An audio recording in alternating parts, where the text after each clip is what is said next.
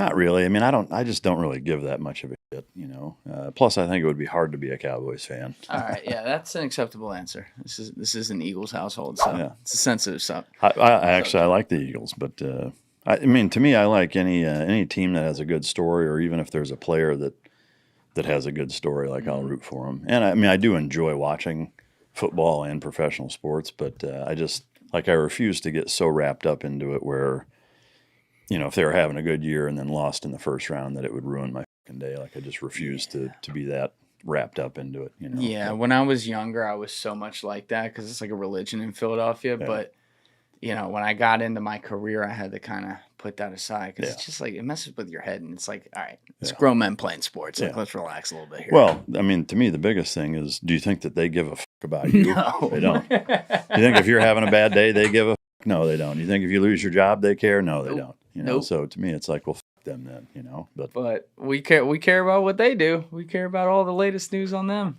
But as soon as Jerry Jones is worried about how much money I'm making and has a bad day, if something bad happens to me, then I'll worry about the Cowboys. Well, you're not missing any meals. You seem to be doing pretty well these days. Yeah, I mean, I don't have anything to complain about. That's for sure. Multiple businesses, right? And you've had the podcast for 6 years. Yep. And this is like, what, 15 years, 16 years since you left the Navy SEALs? Yeah. So you lived like 3 careers over since then. That's awesome. Yeah, I mean it's weird. It feels in some ways like a lifetime ago, and in some ways just yesterday. Like a lot of things, I guess. But yeah, I mean sometimes like if I'm driven to do something, I forget kind of where I came from or how much I've done before this, you know, type of thing. But no, I mean I'm happy where I'm at for sure. Well, that's great because you've obviously had an amazing career. We're going to talk all about it today, get into your backstory and everything, and you managed to bridge kind of right from your career, from your Navy SEAL career into your current business with dogs and training them and kind of like scratching the itch, which I think is really, really cool, something that you're passionate about that kind of continues your work. But for people out there who haven't seen the Mic Drop podcast or haven't heard your story before, where'd you grow up, Mike? So I'm originally from Waterloo, Iowa, which is a nice little town. I mean, there's not much going on there, but to grow up there, I think was good and beneficial for, especially for the path that I went on. There, you know, because there's not this like overstimulation of to do, and you know, there's just you kind of have to self-entertain and figure out your own deal there because there's just there's very little to do. So I enjoyed my childhood. Growing up in the '80s was pretty awesome. And I think about it a fair bit, like from that almost depressive nostalgia, like missing the '80s and kind of how it was then. But joined the Navy right out of high school. I swam competitively all growing up. I did martial arts for a few years, kind of before UFC was a thing. I was in this like kind of underground dojo that was kind of a mixed martial arts. Like we did karate, wrestling, Filipino stick fighting, boxing. I mean, we mixed a lot of different things, and it was kind of tailored to each student's strengths and weaknesses, and kind of custom developing your fight style kind of thing. So it was pretty ahead of its time as far as that goes. It wasn't a commercial place. What was your specialty? How'd they customize you? I mean, it was kind of just a little bit of everything because I was young enough and athletic enough to where, there was nothing that I couldn't at least be proficient at. Nothing really necessarily stood out as being better than anything else. So I kind of just did a jack of all trades approach. But like there were, 40-year-old sheriff's deputies that, had a bad knee or, whatever. So it was like, the instructor would kind of work with each student a little differently and kind of tailor stuff, which also, the mental toughness was a big component of it too. It was a very old school kind of traditional martial arts studio where like, it was very respect oriented, very kind of militant as far as the rules and bowing for respect and the hierarchy within the belts and, just doing a lot of the little kind of traditional things that I think most commercial dojos, don't really partake in these days, especially. But all of those two things combined were a huge driving force in terms of me also wanting to join the Navy. But I graduated high school at 17. joined the Navy right away and had to wait until my 18th birthday to go to boot camp, and then left right after. So Is that so? You said those were the forces, but is that something like as a kid was your dad in the military or someone in your family that you looked up to and you wanted to do that? both of my grandfathers were. My dad's dad was in the Army in World War II, and my mom's, which today being the D-Day anniversary, I don't know when this will air, but Yeah. and then my mom's dad was in the Navy, and both of them had, I wouldn't say experiences that were like, they weren't at the Battle of the Bulge or at Normandy or anything, but like my mom's dad was in a fleet of minesweepers, and there were 98 of them in this fleet, and only 2 of them came home, and he was on one of them, obviously. So, Whoa. and then Was that Pacific or in the Europe? Mediterranean? Yeah. Okay. So, kind of right at the height of in the middle of World War II, when there were U-boats and mines everywhere, and so pretty intense experiences. He talked very little about it. I don't think it was even like a shell shock or PTSD thing. I think, at least looking back on it, it's hard to kind of ascertain that, I think, as a child, but he never seemed like, oh, I don't want to talk about it or bothered by it. He just didn't really get into it a whole lot. And the few times that he did, he didn't seem troubled by it. I think he just had kind of moved past and what have you. But my dad's dad was kind of a different cat. He grew up on a farm, like most guys did at that time, but was just, was kind of a troublemaker, got in trouble a lot and was an alcoholic and smoked, 4 packs of non-filters a day and was a womanizer. And like, he just, but he was on the European front also, but he actually got kicked out of the Army for, he got in a bar fight with an English soldier and killed him. And, if that tells you how times have changed, Whoa. like nowadays you'd spend the rest of your life in Leavenworth for that. They just sent him home and kicked him out of the Army, but For a bar fight. That's what happened. yeah, it was like, they were on liberty or whatever, and it was mixed, English soldiers, American soldiers, whatever. Oh my God. And he got in a fight and beat him to death. So both of those for sure shaped my motivation to want to serve. I've always been, I think, fascinated and kind of looked at the World War II generation with kind of a romanticized lens, and I've just always really appreciated what the entire world went through, and that was a big inspiration for it as well. Are you a huge history guy? I mean, it's definitely something that I'm more interested than most things. I don't know that I'd call myself a buff with it. Like, if you were to give me a bunch of trivia, I'm sure I'd fail miserably, but I enjoy it. I love history and find it fascinating. Yeah, there's this kid, Rishi Sharma, who I got to show you his channel when we're done. I don't know if you can pull it up, Alessi. Type in Rishi Sharma to YouTube. Guys, if you're still watching this video and you haven't yet hit that subscribe button, please take 2 seconds and go hit it right now. Thank you. But it's pretty amazing what he does. When he was like 17 years old and in high school, he had been obsessed with World War II and so amazed at, how close things came to falling apart, that he went to like a local nursing home and asked to meet World War II veterans, like the heroes. And so then pretty soon he started like a foundation with it. And for the last 7-8 years, the kid has not had a career. He's made no money. He's had a foundation, and he goes around and he interviews World War II veterans around the world. That's amazing. And gets their history. It's like, it is the most underrated channel on YouTube. Yeah. It's absolutely unbelievable, but it's crazy how many different not just experiences, but the different, this is a horrible word, but like the different theaters everyone had to fight in, you know what I mean? For sure. Like, there was North Africa, there was Europe, but then there was Europe down south, and then there was the Pacific, there were the islands on the Pacific, and it's almost like you start hearing these guys and you're like, oh, I forgot about that one. Yeah. Oh my God, I never even knew about that one. Yeah. It was so insane what those guys went through. How old is this kid? He's like 25. Wow. That's amazing. He was calling me from JFK the other night because they wouldn't let him on his plane, and he had to get another ticket because he's going over to France for D-Day with these guys. It's amazing. Like, he really cool. Really lives and breathes it. But yeah, that's awesome. Yeah, it's cool to hear that like some of your motivation came from the greatest generation. Yeah, and I think maybe even to an unnatural degree as a child looked at just the opportunity that America provides, and was maybe more appreciative of it than I think most children. I always felt like this is the greatest country in the world, and I want to do something to perpetuate it and kind of pay it forward. And I've really always been a most bang for your buck driving the decisions that I've made, really throughout my entire life, even as a teenager. And no different there is that I thought, okay, I want to join the military. I want to, serve to the best of my ability within the confines of the military. What's going to give me the most impact or most bang for my buck in terms of service? And I thought, well, special operations seems like it has kind of the highest percentage chance of, making a big impact.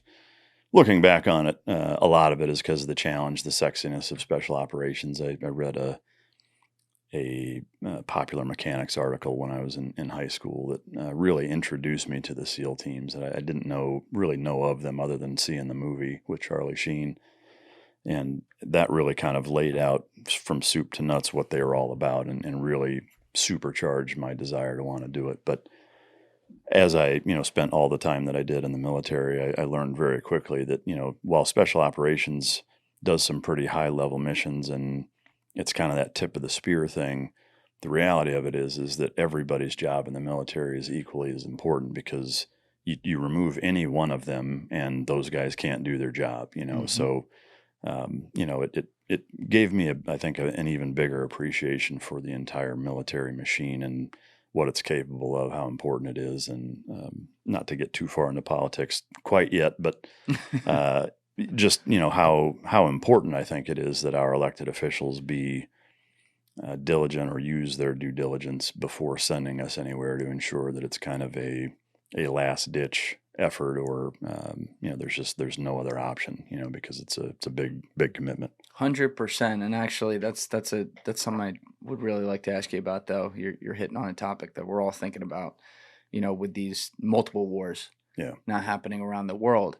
And it's like, we are technically not sending boots on the ground, right? We're not. We haven't deployed the military, but we're funding both of these wars.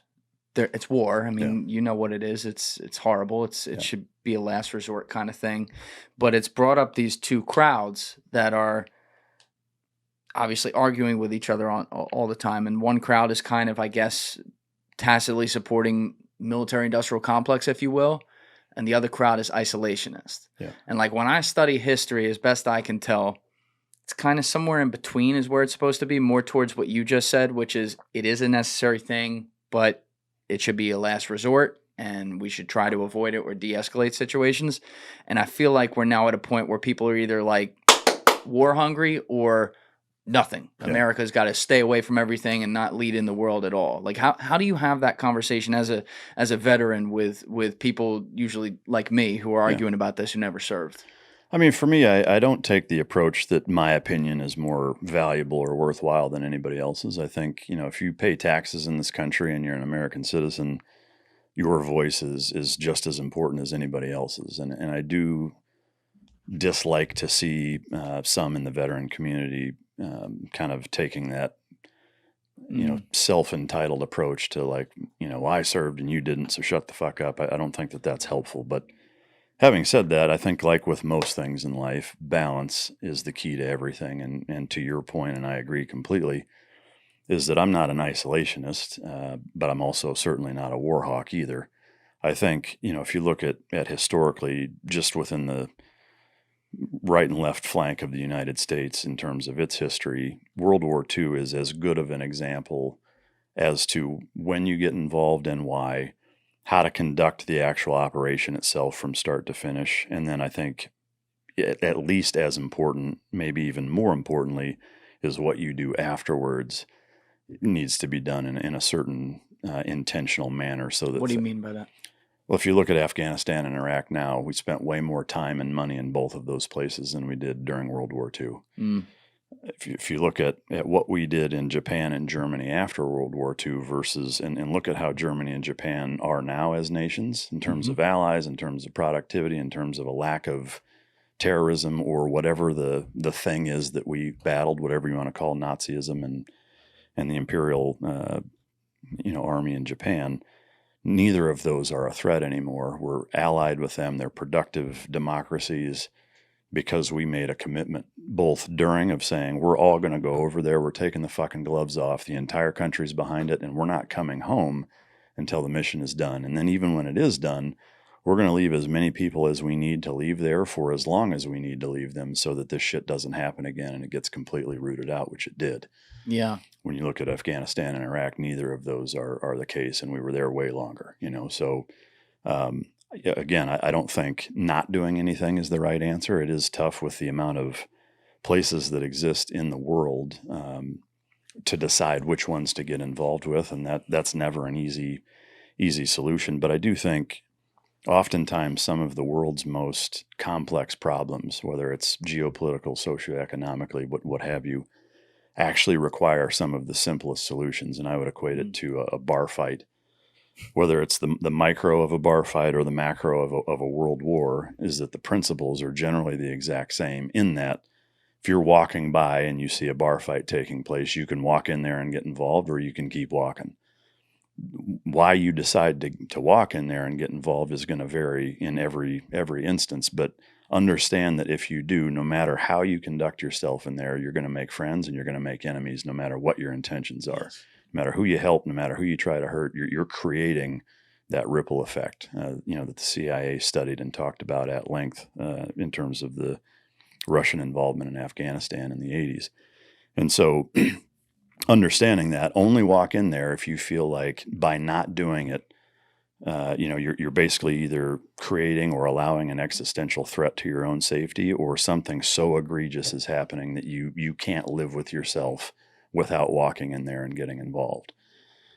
To me, it's kind of that simple. But now if I'm going to walk in there, like, no matter what's going on, if I decide that the stakes are so high that I have to walk in there, I can tell you right now, there's going to be zero rules as to how I conduct myself in there.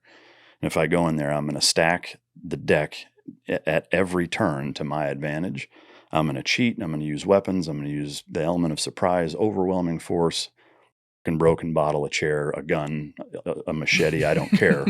I'm not going to give them the heads up. I'm not going to give them any chance to fight fair. And I'm going to overwhelm them and absolutely wipe them off the map. And then I'm going to leave.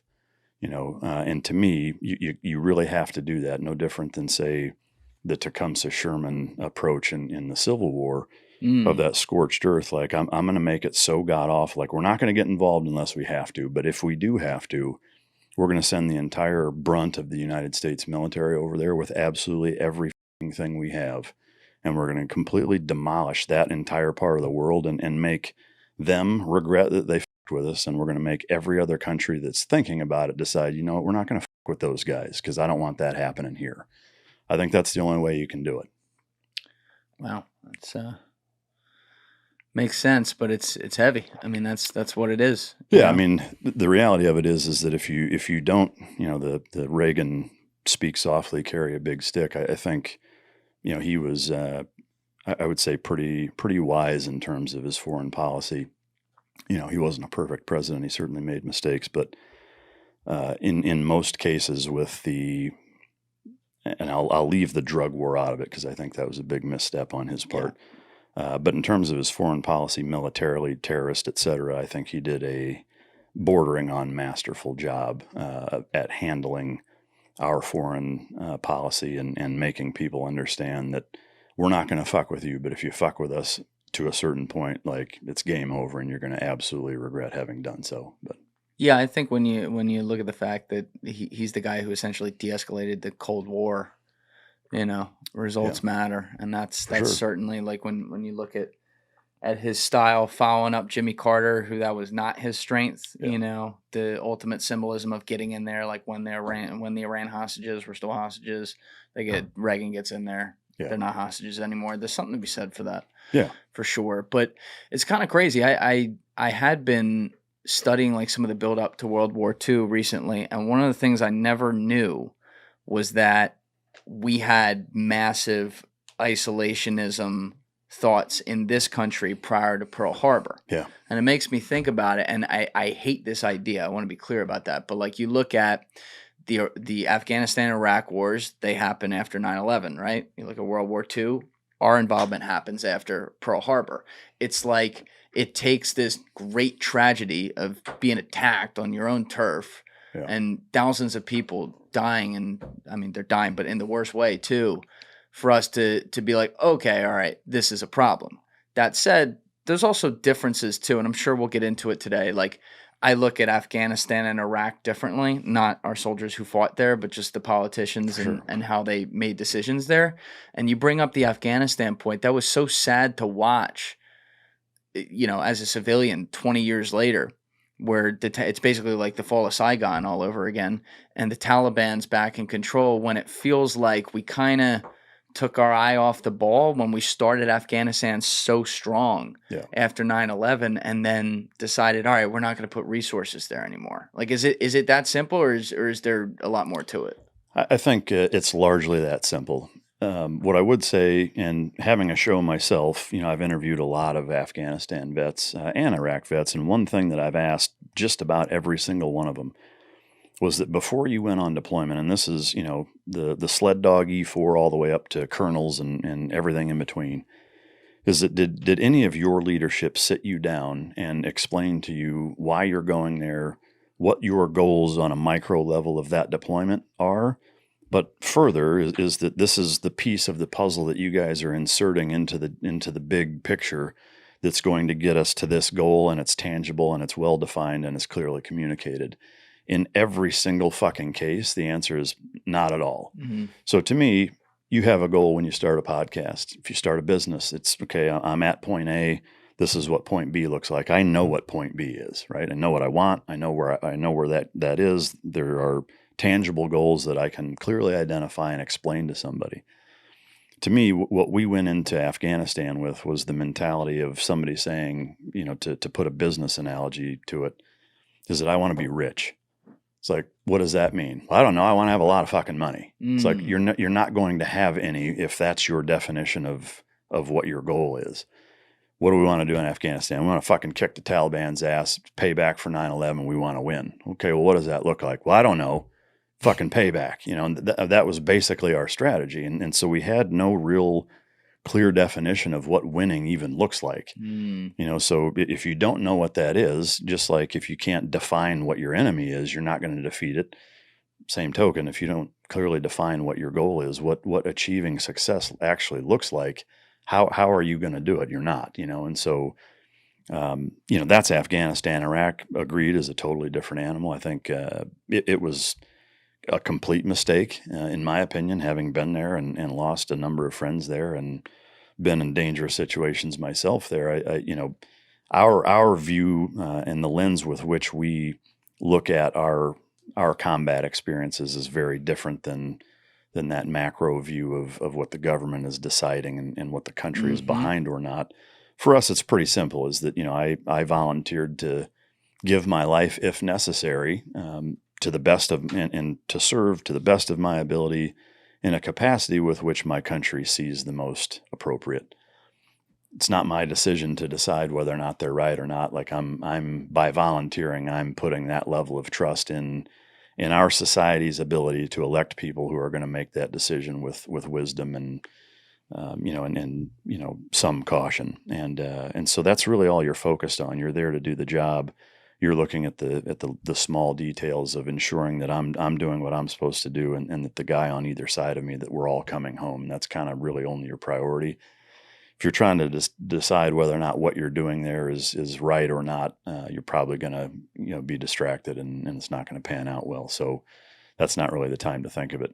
As I've gotten older and reflected on that time now, I wasn't in the war room with Bush and Condoleezza Rice and everybody else to really know what that intelligence said in terms of weapons of mass destruction and whether or not there was proof that he had them at whatever level. Obviously, he used gas on his own people, and that would check that box of weapons of mass destruction. So he clearly had them to some level and was willing to use them. But especially when you look at the dynamic of the Middle East and the role that Sadam played in that region, especially with respect to Iran and keeping them in check, I think we completely stepped on our dick by getting rid of him. And now that's why Iran has gotten to where it's gotten. You know, so not to mention the fact that they were a huge a huge part of the IEDs and the advancement of some of the IED technology with the some of the shape charges and some of their, from a technological standpoint, some of their ability to get through MRAPs and have some pretty gnarly IEDs that were very advanced and were coming over from Iran. So they were our biggest problem really in Iraq. So, but we kind of started it, not kind of, we created them as a monster not being in check. Now, Saddam was a prick. He was horrible to his people, but you could say that about a lot of fucking places, Chinese president, the Russian president, a dozen of them in sub-Saharan Africa that slaughter their own people that we don't do a fucking single thing about. Yep. So, to me, that's not enough of a reason to go in there. And the justification of, we think there's a link to 9/11. He has WMDs. I don't buy it. I mean, Pakistan, India, they have WMDs. They have factions of their government that fucking hate us and would love to use them on us. We don't go in there and get rid of them, So to me, it just doesn't really line up. And I think it was a big mistake. But to your point about, things leading up to certain events and it taking a catastrophe, one thing I do think in looking at the World War II historical perspective of it is that there's another component that I think gets glossed over often, which is the Great Depression, the 10 years prior to it, is that my personal view is that the isolationism had more to do with that and not so much a conscious decision of we want to stay out of it, is that things are so fucking terrible here that like we don't have the bandwidth, just like in the Philippines, they don't really give a fuck what's going on in Afghanistan because, they're just trying to fucking survive, or Indonesia or, wherever. So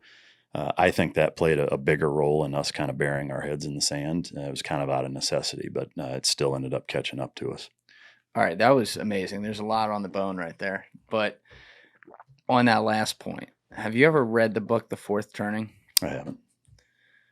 So I'm not going to explain the whole thing, and apologies to people who have heard this on the podcast like 8 or 9 times before, but I'll give you the basics. So these guys in the 90s, I forget their names, but they were historian sociologists, and they wrote this book called The Fourth Turning, where, a huge mistake historians make in predicting the future is that they get so good at studying the past that they think they can like predict it and therefore like inject some biases from their studies to change how the future happens. These guys just said, there's patterns. We're just going to go like this. We're not going to touch anything. We're just going to tell you this is what we think is how it's going to go down, whatever. And so what they figured out is that there are roughly 4 generations going back to the Revolutionary War times, and they exist in 20 to 23 years, something like that, periods. And each generation exists across 4 different time periods that are the same length, and they are of the same ages. Each type of generation is of the same ages at the same time. As an example, the boomer generation was what was known as a prophet generation. They were born out of after we won a big war, we're on top of the world, everything's happy, yada, yada, yada. So from in their childhood, 0 to 21, they're coming up in a great world. The next generation that they're a part of is when they're 21 to 42, and this is called the awakening. So think like the hippie movement, think, turning in against Vietnam, stuff like that. This is where, society starts to question itself or things like that. Then from 41 to 63, something like that, they're in power. Those are the years where like you're the CEO of the company, you're the president of the United States, or supposed to be, that kind of thing. And that's like the brewing crisis era. And then you have the full-blown crisis era where, at this point they're old and retired. There's 3 other generations after them though, and each one exists in those ages at a different point. And so what we see is that, for example, you look at the 1929 stock market crash, 80 years later is 2009, where we have our depression, right? Our modern day depression. You look at World War II happened in 41 to 45. We're right in that 80 to 85 year period right now with these wars happening around the world. 80 to 85 years before that was 61 to 65 Civil War. 80 to 85 years before that was the Revolutionary War, 75 to 83. It's crazy when you look at how these things line up. So when you talk about a point like isolationism is also coming out of people's needs at home, they're economically needy because shit's bad. Like, look around here right now. Yeah. Very similar. People are like, we can't even put our kids through school. Everyone's in debt up to their eyeballs with college debt and shit after being sold that whole thing. And yet we're sending billions of dollars to other countries. That's kind of like, it's kind of a self-fulfilling prophecy. That's what makes me worried. Like, oh, are we going to see something really big happen here because we're in that pattern? I hope it's not the case, but it does make you think. Yeah, I would not be surprised. I mean, to me, the precursors that exist leading up to all of those big ticket items that you just mentioned seem to be present in a pretty similar fashion. So I think, a lot of it's going to depend, or some of it, maybe not even a lot, but some of it's going to depend on how the election goes later this year. I mean, it's kind of a flip of a coin, I think. Who knows if Biden will actually even be the nominee or if they'll pull a bait and switch with Newsom or who knows. Crazy. 2 weeks ahead of time, maybe Trump goes to prison. I mean, who fucking knows? I don't know. But I do think whoever it is that gets into office is going to play a role in what happens for sure. And I do worry that if we continue down the path that we've been on, that I think we're headed straight for that. With the Israel-Palestine stuff, with Ukraine and Russia, China kind of looking over the fence, watching all of this with the, Dr. Evil fingers. It's like, how could it not lead to that if it just continues to happen the way that it's happening? Yeah, you also made a great point with Sadam, too. That's an uncomfortable point to make, but you have to give Trump credit for this. In 2015, 2016, he was saying this. I don't know if you remember it, like, every rally that guy had, he's like, Saddam, bad guy, killed terrorists. Yeah. Bad guy, killed terrorists. Yeah. And it's like, yeah, we don't want to see someone massacring their own people like he did. He was a horrible guy, to your point. But yeah, like he was a little bit of from a selfish American point of view, he was a little bit of a check to the balance in that region. Yeah. And the alternative of al-Zarqawi blowing the whole place up in the vacuum afterwards, I think time has proven that's probably worse. That's hindsight 2020, but there's part of it that's like, couldn't we have kind of seen that coming? Like, we're going to go in there, we're going to rain hellfire on all these citizens who are going to get caught in the middle of it. Their leader's going to be overthrown. The government's going to kick out one of the two sides of the Muslim religion, of the Islam religion. And, that's probably not going to end well. For sure. And one of the most frustrating parts for me is that not only did we not learn that before, but we didn't learn it after either. In the early 2010s, you had the Arab Spring in Egypt, Libya. We're still fiddle fucking around in Yemen. Like we continue to do the same thing over and over of force feeding toppled regimes by way of trying to implement democracy in places who, one, don't really want it, and two, I would say, don't even understand how to deal with it or maintain it. I would equate it to freeing a supermax prison and then expecting them to get along and not go fuck people up again. I mean, that's what happens, and it just happens over and over and over. And the reality of it is that you're talking about millennia in terms of tyrannical dictatorships that have, with an iron fist, ruled regions of people for generation after generation after generation, and that's what they understand. And so when you replace that with basically saying, we're just going to trust that you guys do the right thing, they don't. To be fair, neither do we. Look at, like, say, the PPP loans. Like, how many people took advantage of those that either didn't need them or completely just fucking raped the system, So to me, it's such a frustrating thing to watch happen over and over and over, and it typically gets masked by our greedy politicians that have some skin in the game financially, whether it's they have investments in Northrop Grumman or McDonnell Douglas or whatever purveyor of military equipment, weapon systems, et cetera, that if this happens and the U.S. Army signs this $40 billion contract for, Stinger missiles that I have a 19% stake in, and I'm going to make $67 million overnight, you shouldn't be allowed to make that fucking decision, and they do. And I think it's a huge problem. And so you see it continue to happen over and over, and it gets muffled by the guise of freedom and democracy and doing the right thing, and it's bullshit, Do you, when you look at us not learning these lessons and still continuing to get involved in these different conflicts in the same region of the world, is there any one place in particularly within the context of government that you kind of think is to blame for that? Do you think it's more the politicians themselves, or maybe the the intelligence community, or maybe even, overzealous military generals? Like, is there anywhere you look to and go, that's where it's coming from? I think, the symptom that is the corruption and the problem that we see happening over and over is a byproduct of all of it combined. Having said that, if you look at the three branches of government, the checks and balances exist for a brilliant reason. But if you really kind of reduce it down to trying to figure out one person to blame, or at least where to start, I think you have to look at Congress. And the reason you have to look at Congress is that that is the closest representation to the entire country as a collective. The Supreme Court isn't. They're nominated and they're fed through that system. President, the same thing. Like, as much as I would love to see 40 different people running for president, it's not realistic. Right. So who do you have left? Well, you have Congress.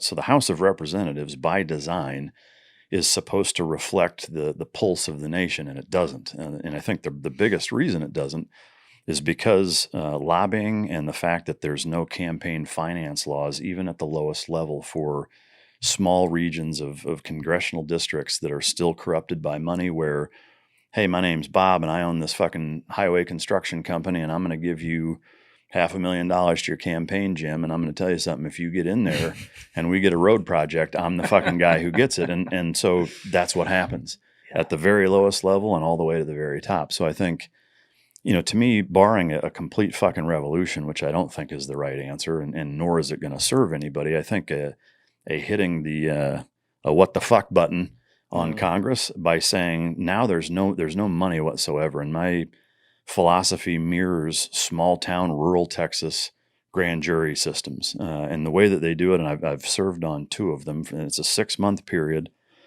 where basically in a small county, whoever is, and there's a small list of boxes that need to be checked. It's a tax-paying citizen. You're up to date there. You're not a felon. You've lived in that county for a certain period of time. And so if you check all those boxes, they submit a questionnaire. Basically, it's just basically a list where you say, I recommend 10 people for the grand jury, 10 people that I think are the best people for that position. They tally it all up, and I think they do 15 or 20 because, conflicts and they may need to dismiss people or whatever. And you don't get a choice. And so they show up and they say, hey, you're going to be on the grand jury, and you show up and you're basically elected by people. It's anonymous. There's no money that can be contributed to it, nothing. And so to me, like, taking that and trying to implement it on a larger scale, again, it's not going to work for president or even the Senate. I think it only works for congressional districts because they're small. It's scattered, and it's a good collective, mean aggregate of the feeling of that area and what they want done on their behalf. So now you don't have people using money. You can't bribe them, and they also don't get a choice. I think at this point, the type of people who are fucked up enough that would want to fill that position, there's something fucking wrong with you, and it ought to disqualify you for wanting to do it. To me, the way it started was that it was service to the country, not a fucking lottery ticket, and that's what it's turned into. I mean, if you look at from the lowest member of Congress all the way up to the highest part of, the fucking president, you look at what their net worth is when they started versus what they left, even if it's 1 4-year term, and they hit the fucking lottery, every single one of them.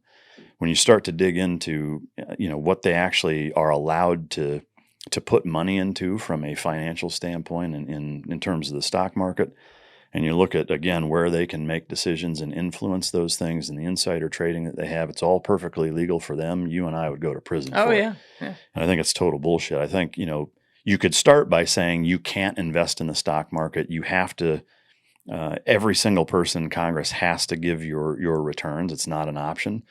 The problem with that is even that there's a loophole. It's now, okay, well, my brother, I'm going to give him the fucking money and he's going to do it. And I still, so there would be ways around that. And so I think, again, barring a complete hard reset of a watering the trees of liberty with the blood of tyrants type of approach, I think just by taking that element out of it, where now it's being voluntold by the people that live around you. Because to me, if enough people in your neighborhood, community, city, town, what have you, decide that I think Julian is the guy that should be representing us, if enough people think that, then you're probably the right fucking guy, Whereas when you're doing elections, and again, it's one person versus another person, that's just not an accurate representation. It's what we have with the president election now. It's like, so I've got fucking Dumb and Dumber. I've got two shitty choices that I have to decide which one is less shitty.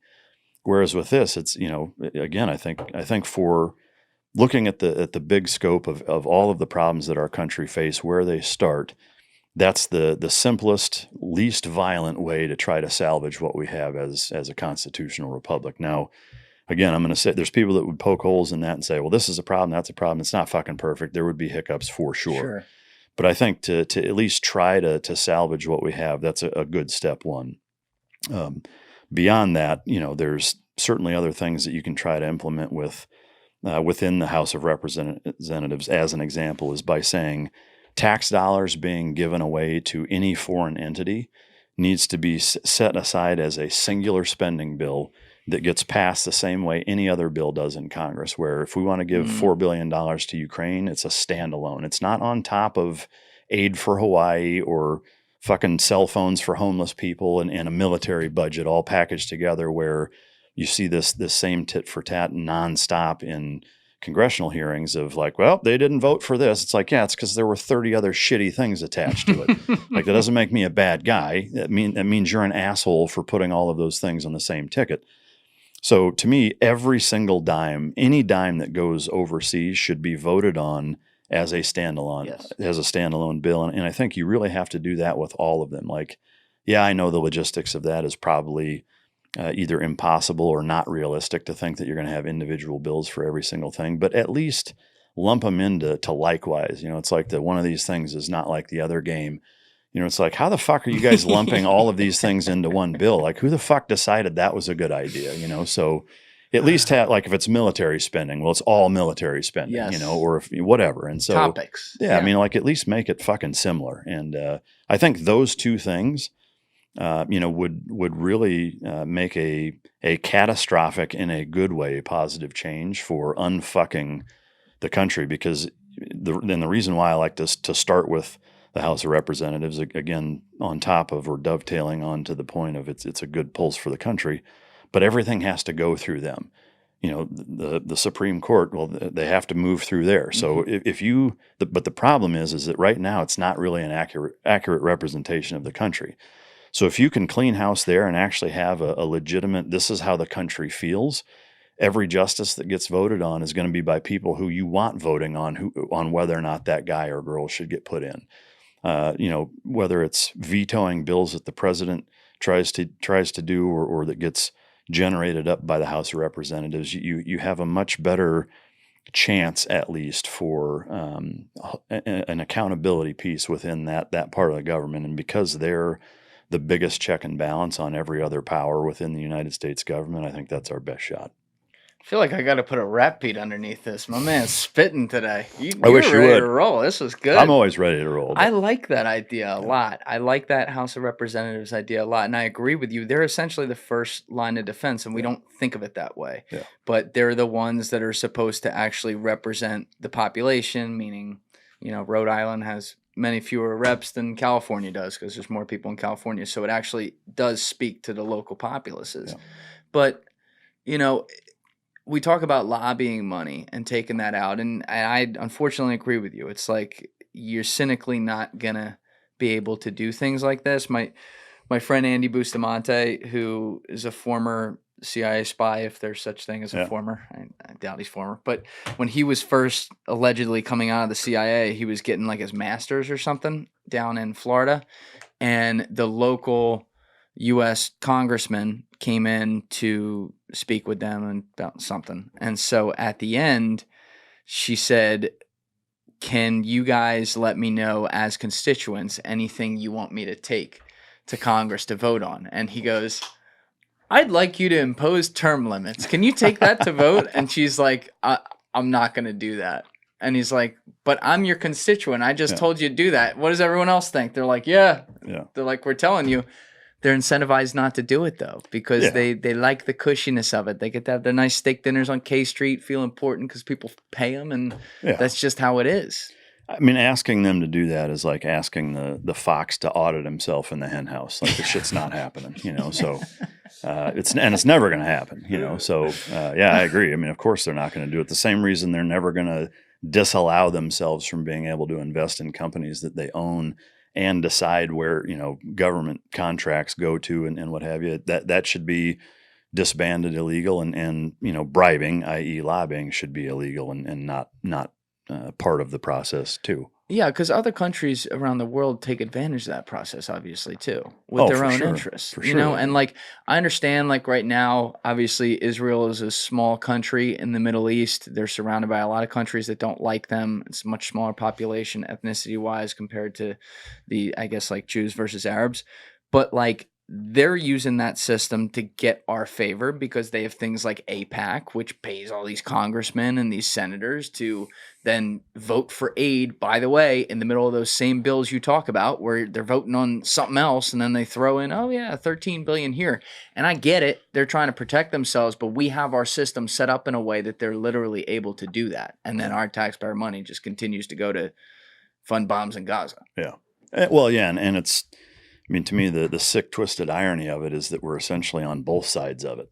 It's like we're sending money to both sides and paying for two groups to fight each other. You never heard of hedging your bets? Come on. Yeah, well, I mean, it happens nonstop. But I mean, to me, that's the problem. I mean, as an 18-year-old joining the military, myself included, I think most of us assume that our elected officials have our best interest in mind and that they're only going to send us places that check those boxes of, this is an existential threat and it's a requirement and we need to do it.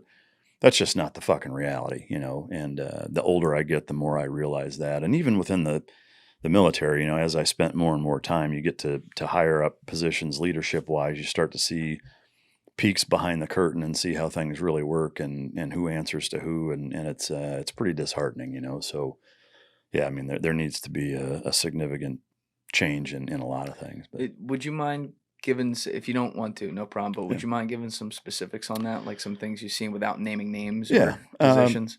I mean, to me, the biggest thing is the, I don't make the rules. Like, okay, well, who does? Like, well, it's my boss. Then fucking ask him why we're doing this. Well, no, it's just like the higher up you go, and I will say that's its own problem. The biggest problem from a kind of boots on the ground standpoint in terms of why the majority of military leadership, especially now, is so fucked up is that it rewards yes men and people who are focused on checking all of the right boxes career-wise. So it's a combination of having a poor setup for promotion in terms of it doesn't really reflect who the good professional soldiers are. It reflects who the fucking dorks are that know how to game the system and check every fucking leadership box. And I did that school and I did this billet and I did this fucking thing, and they line all that up and they blow whoever their superior is to get a good fit rep or eval or whatever. And so you've got these guys who the fucking dudes don't like, who are basically fucking spineless in terms of war fighters, who are just administrative geeks that know and understand how to line all of these things up to make themselves look good and get promoted. The type of guys who don't give a shit about that, who they care about the guys that they're leading, who care about being in the best shape, being the best shot, being the most Viking-like pipe hitter to go overseas and do the job and lead men in a fashion with which they need to be led so that we all come home. Those guys aren't focusing on any of that, so they get shafted and either in trouble or they get stifled promotion-wise and to the point where they're just like, fuck this, I'm going to go start my own business, I'm going to go do something else.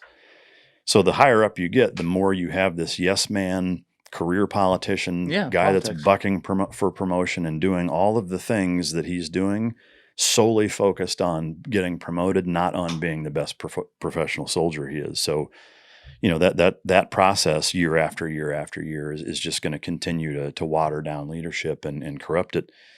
When you then couple that with administrations like when Obama came in, and I'm not saying everything he did was wrong. He did some great things for the military in terms of allowing us to do certain things and loosening the leash in some respects that even Bush had on us.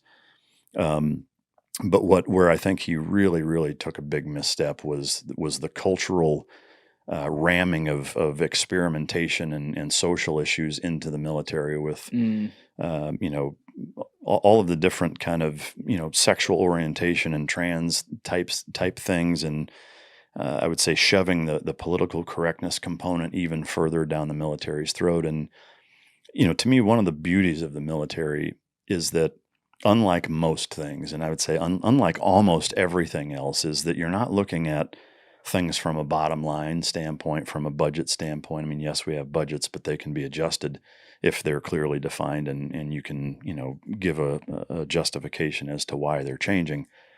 But you can really reduce it down to one simple question, which is whatever the question is that you're asking, does that make us a better warfighting force? Yes, do it. Yeah. Does it not? No, don't do it. Waste of time. So, you know, again, it's like I can't think of anything else that you really have that luxury to be able to make it so simple in terms of your decision-making process. But the U.S. military is that. But we've ruined that by, you know, doing all of these things that don't make us better warfighters, but appease certain glimpses or channels of our society, and I would even say, you know, these loud minorities that tend to, you know, kick and scream and throw enough of a tantrum to get people to change their behavior, and the military just isn't the place for that. The saddest part about it too is that even before this stuff started, not only does the military have men and women, right, but it's also like extremely diverse. Yeah. There's people from all different backgrounds in the military, all kinds of minority communities and stuff. Like it's like you could even give the argument, like, if it ain't broke, don't fix it. Like, what are we doing here? And I totally agree. Like, when we're worried about, let's just call it what it is, virtue signaling over people that are supposed to be job occupation warriors, like, yeah, what's the DEI? The fuck are we doing? Hires? Yeah, I mean, it's stupid. And yeah, I mean, to your point of it's already very diverse, and to me, that's one of the beauties of the military. You know, I've heard people say, trying to justify it within the confines of military leadership, especially at the higher echelons, you know, at the Pentagon and Joint Chiefs level of leadership, and saying, you know, diversity is our strength. But it's not. You know, the fact that we can unify out of a very diverse group of people is what our strength is. Focusing on the diversity is not what makes us strong. It's the fact that you can take people from every fucking walk of life out there and turn them into a cohesive warfighting unit that doesn't identify any of those things, that doesn't separate out each other based on any of those things. They all gel as one unit and go and fuck shit up. To focus on that diversity piece causes problems. And I think that's why, at least from my perspective, you know, if you look at the 8 years that Obama was in office, I think our society took several steps back in terms of race relations and focusing on problems that were self-grandizing in terms of they created themselves and actually made problems worse because there was such a heavy focus on things that maybe historically were worse, but now, like, assuming that it's the same as it was in 1963, and it's not. It's not. Yeah. You know, so, you know, when you put all those things together, I mean, that's why you see the military being, I would say, a shell of what it was even 20 years ago, 10 years ago. Do you think that can flip back? The pendulum can swing back on that? For sure it can. But to your point earlier on about it's going to take that huge punch in the dick, it's going to take a catastrophic ass whooping for us to abandon those ridiculous policies. Right now we can get away with it because of technology and the fact that, look, the reality is even in Afghanistan and Iraq, they were hardened fighters, they were motivated, but in terms of a legitimate fighting force, it's laughable by comparison. Now, if you put us up against, I wouldn't use Russia because I think the paper tiger aspect of their military has been exposed pretty significantly of them in Ukraine, and they're nowhere near as competent or significant as I think the entire world thought. Hats off to them for doing a good job at making everybody think that they were more dangerous than they were. China, on the other hand, is a whole nother fucking ballgame. And if we had to go to war with China right now, I think that they would absolutely fucking destroy us. Really? I really do. They're military. I think so, yeah. Because, you know, one, if you look at whether it's campaigns on TikTok of what they allow their kids to see, if you look at what their recruiting goals in terms of the angle that they choose as compared to ours, and then what their government is willing to do, I'm not saying it's even right, But the Chinese government is willing to do pretty much fucking anything to gain an advantage, to get the upper hand, and or to dominate and win in any excursion that they may possibly think that they're going to be a part of, and we don't, So, and I think if you look at the kind of the overall average of what an American soldier is versus a Chinese soldier at this point, I think in many ways the Chinese soldier is going to be in better shape, probably better funded. That's debatable by anybody. But the biggest thing is that their government is going to let them do whatever the fuck they need to do to win, and ours won't. How big is there? But we should Google that. I don't expect you to know. How big is China's military? I mean, their budget still is not what ours is, but at this point, it's not even about money. Again, all the money in the world, if you have feckless leaders who are spineless and don't let you go be a fucking badass, doesn't matter how much money you have. Yeah. All right, so 2.8 million soldiers, sailors, and airmen, twice the American number. All right, that's a little scary. The one thing, I brought this up with Sean, I think, on the podcast when he was here, but the one thing I do like is that when you look around the world, they don't have a lot of military bases. They've bought a lot of ports and stuff like that for trade with all the shit they're doing, basically putting countries in debt to them. So, other things may be coming. But we do have, our military bases are literally, you pull it up on a map, boom, boom, boom, boom, boom, everywhere. Well, I would say search submarines, ships, and fighter jets for the China-American comparison, because to me at this point, that's really what matters more. Really starting with World War II, and it's just gotten progressively more important to own the water, under the water, and the air. Troops are important, and you have to have a certain number of ass to be able to follow through and take ground and hold it. But well, here you go. Unless you just pulled this up for you. The Pentagon's 2023 China military power report said China's Navy had about 370 warships, with the fleet expected to grow to 395 by 2025 and 435 by 2030. The current U.S. fleet is smaller, with more than 280 vessels. The Secretary of the Navy expects to reach 300 in the early 2030s. So they're ahead of us there. Yeah, so they already have almost 100 more warships. Now, submarines, nukes, fighter jets, you're going to see similar numbers, is that they're ahead of us now at this point. And especially with technology being what it is, there's two things. One, fighter jets, submarines, and fighter jets and ships, I would say, aren't necessarily interchangeable, but there's a huge component to that. To your point with bases, all the bases in the world don't matter if you're going against an opponent who has 100 more ships than you that have planes on all of them and troops that they can put them wherever the fuck they want, as fast as they want. And while they're doing it, they also design, own, manufacture, and control all of the electronics components that we use to navigate, that we use to communicate. Just fucking think about that for a minute. China would fucking destroy us right now, and their numbers are bigger in every way. But again, like the fact, take Afghanistan and Iraq. Like, did the Taliban or ISIS have any rules? Fuck no, they didn't. That's a big part of why they were so difficult to deal with. They don't have a government saying, "Hey, you can't do that." Hey, when you capture this person, you got to abide by the Geneva Conventions. You got to do this, this, and this. Nope. Again, you can debate the morality of that all day long, but the reality of it is, we're basically fighting fucking goat farmers who, are giving us a hard fucking time, plain and simple, because they have no rules. Thank you guys for checking out this clip. If you haven't already subscribed, please subscribe and hit the like button on this video. It is a huge, huge help. And if you'd like to check out this clip's full podcast episode, that link is in the description below or right here. And finally, you can follow me on Instagram and X by using the links in my description below.